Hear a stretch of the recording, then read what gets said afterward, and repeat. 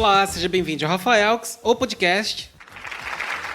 Chegamos ao episódio 20 do Rafaelx, o podcast. Quem diria que chegaríamos tão longe? Eu tô, na verdade, muito grato, porque eu tenho parado para olhar os números de views e streamings e seguidores do podcast nas plataformas digitais, os likes que vocês têm dado nos episódios que eu posto, quantidade de pessoas que chegam até o podcast pelas buscas do Google ou Yahoo. Eu tenho visto a quantidade de comentários e feedbacks que eu recebo em relação ao podcast e eu tô muito feliz. Afinal de contas, o meu sucesso depende desses números, correto? Bom, mais ou menos. E é sobre isso que a gente vai tentar refletir um pouco mais neste incrível episódio. Que sim, tá? Eu quero likes, comentários, views, por favor. Aqui vão algumas perguntas. Quem, em plena era da internet, nunca postou uma foto que amou e ficou decepcionado porque ela teve poucos likes? Quem já produziu algum conteúdo super bacana e desistiu de postar porque achou que poderia não render tantos comentários ou likes? Quem pensou, vou fazer uma carreira na internet e aí lembrou que seguidores não tá crescendo? Quantas vezes número foi parâmetro para sucesso? Se pensarmos no mundo digital, números sempre são medidores de sucesso. Como consequência dessa ansiedade por números, no ano passado, principalmente no Instagram, a empresa, no caso Facebook, ou seja, Instagram by Facebook, como está escrito no aplicativo, de likes das publicações com a intenção de diminuir a ansiedade dos números. Bom, eu não vi isso como uma grande utilidade, na verdade. Se a gente levar em consideração que os autores das publicações podiam ver os números, do que ia adiantar, afinal? Mas há relatos e estudos que indicam que até teve lá o seu efeito. Só que com o tempo as pessoas perceberam que esse ocultamento era exclusivo de aplicativos. Ainda era possível ver o número de likes e comentários no Instagram para desktop. Essa eterna busca por likes, comentários, seguidores, views é incansável, principalmente se você depende disso para conquistar espaço na internet. E se você trabalha com produção de conteúdo digital, isso fica ainda nítido. Esses números indicam se você tem sido assertivo ou não nas suas ações. Mas será que de fato elas indicam trabalho bem feito? Esses dias eu até publiquei sobre uma espécie de meme que andou circulando na Deep Web.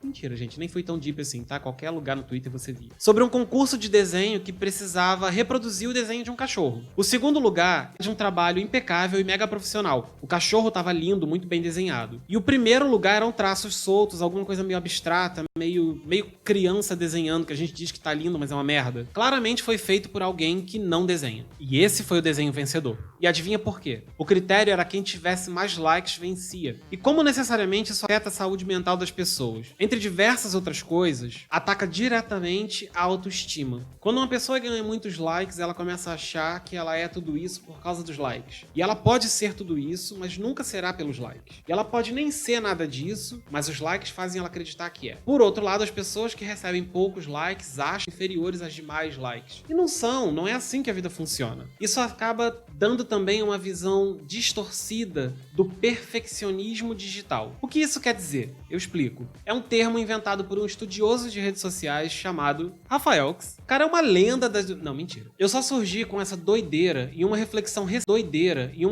recente e eu achei que valia compartilhar. Antes, buscávamos realizar o trabalho perfeito em técnica, como o cachorro que ficou em segundo lugar. Hoje, não é essa perfeição que conta. É a que ganha mais curtida, mais comentário, mais visibilidade. Quanto mais curtida e comentário, maior é o alcance, maior são as impressões de um exemplo. E isso é o que realmente conta como a perfeição digital. Outro dia, eu parei para ler mais sobre perfeccionismo. Eu queria entender melhor o conceito e o que tem sido discutido por aí sobre isso. Eu acabei ouvindo um podcast muito interessante que abordava perfeccionismo como um obstáculo para a perfeição. Viu, gente? Ouvir podcasts é legal.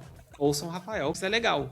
Ouçam Rafaelx ou podcast. A gente fica tão neurótico em produzir algo com o wow factor que a gente acaba fazendo mediano. Não porque não é capaz, mas porque, primeiro, quando a gente está obcecado assim, nada do que a gente faça passa de mediano na nossa mente. Pode ser incrível, a gente continua achando que poderia ser melhor. Isso tira o nosso prazer, acaba sendo um mecanismo de autossabotagem. Nesse podcast que eu ouvi, ela conta um caso de autossabotagem nesse sentido. De uma pessoa que se condicionava a fazer algo mais meia boca pelo medo de falhar. Porque se ela fosse buscar pela perfeição e acabasse não atingindo o sucesso de likes e views e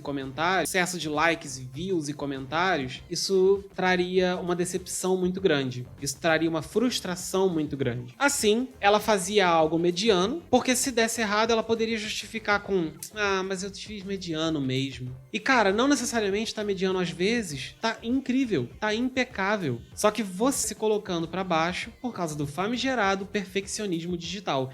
E quando eu falo isso, vale ressaltar, tá? Eu não estou me excluindo dessa equação. Eu sou o tipo de pessoa vítima do perfeccionismo digital. Agora eu tô aprendendo a trabalhar isso melhor. E tem sido, na verdade, libertador. Se você tiver mais curiosidade sobre isso, sobre como eu tenho feito, inclusive, para me libertar desse padrão de perfeccionismo digital, vem falar comigo, pode mandar e-mail pro contato@rafaelx.com.br ou até falar comigo no meu Instagram, @rafaelx. Eu tô sempre à disposição e muito aberto a bons diálogos e boas discussões. Mas isso eu digo como criador de conteúdo e como biscoiteiro também. É claro que a gente precisa disso, principalmente quando a gente vai fazer Media Kit e trocar reuniões e figurinhas com as empresas, com as marcas, buscando essas parcerias, os patrocínios, a produção de conteúdo junto, a cocriação, né? A gente precisa mostrar números. Então existe essa pressão, querendo ou não. Faz parte do ofício. Mas e quando isso vai além dos criadores de conteúdo? E quando essa validação te garante um lugar no Hall of Fame da cultura pop? O que dá hoje em dia as grandes premiações, por exemplo, para artistas, cantores e afins? Não são os números? Antes, numa outra era, eram números de discos vendidos. Lembram disso? Agora já são downloads, compras digitais e tal. Mas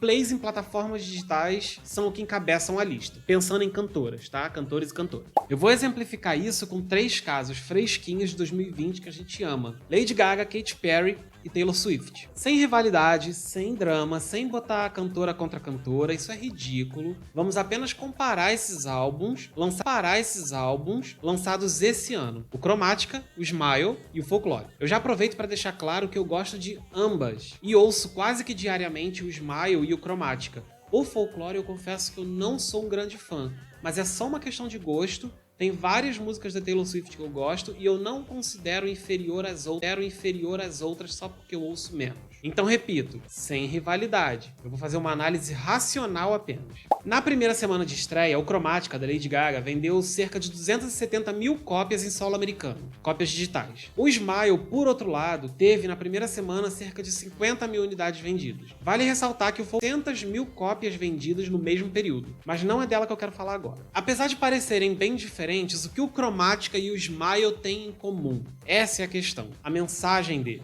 Ambos os álbuns falam sobre momentos e sentimentos sombrios, mensagens de superação. Eu acho que todos ficam absolutamente encantados, por exemplo, com 911, da Lady Gaga, que é a faixa mais comentada do álbum e que teve um clipe de tirar o fôlego algumas semanas atrás. O Smile, de acordo com a própria Katy Perry em entrevistas, é exatamente o que eu falei. Nasceu de momentos sombrios, de extrema depressão, iminência de suicídio, inclusive, que pra mim foi uma novidade e muito triste de ouvir como fã, e de como ela conseguiu superar tudo a vida de forma mais leve e positiva. Inclusive, a minha faixa predileta do Smile é Daisies, que leva o nome, né, da filha recém-nascida dela, com Orlando Bloom. Mas mais que isso, a música tem uma mensagem incrível de como as pessoas vão rir dos seus sonhos e como você não deve deixar que isso mude você, que isso te impeça de seguir em frente, que isso te impeça de correr atrás do que você quer conquistar pra si. Sinceramente, eu, desde o dia do lançamento, levo Daisies como um hino no meu coração e toda vez que eu sinto que tô indo pra baixo, eu ouço de novo e me coloco pra cima. Sério, eu recomendo. Agora sim, falando de Taylor Swift. Ela ganhou bastante visibilidade, até pela direção do próprio álbum, né, do Folklore. Mas percebam, enquanto isso, single atrás de single, o Chromatica nunca deixa de ser assunto desde antes do lançamento dele, que teve o boom de Stupid Love, né, que foi o primeiro single que a Lady Gaga lançou deles, antes mesmo de lançar o álbum. E que a gente amou até perceber que era a faixa menos interessante de um álbum ridiculamente bem feito. Então, afinal, o que faz de um álbum um sucesso? A mensagem, o quanto a música pode transformar vidas, o quanto a música pode salvar vidas, ou os números? Deixo aqui a reflexão. Se você gostou desse episódio, curta, comente, compartilhe, envie pros amigos, me ajude a alcançar cada pessoa desse trabalho que eu tô amando fazer e mega feliz de ter chegado ao episódio 20. Lembrando que Rafaelx o Podcast tá disponível no Spotify, Deezer, Google Podcasts e Apple Podcasts. Além disso, todos os episódios estão disponíveis em rafaelx.com.br e eu estou disponível no Instagram, @rafaelx. Sigam, por favor, Rafaelx. Sigam, por favor. E se tiverem sugestões de episódios, coisas que vocês querem que eu aborde aqui nos próximos, eu vou amar. Vários desses episódios que eu tenho lançado vêm de pedidos das pessoas que me ouvem. Eu quero, inclusive, agradecer a vocês por isso, porque é interessantíssimo ouvir o que vocês gostam, o que vocês não gostam. Isso me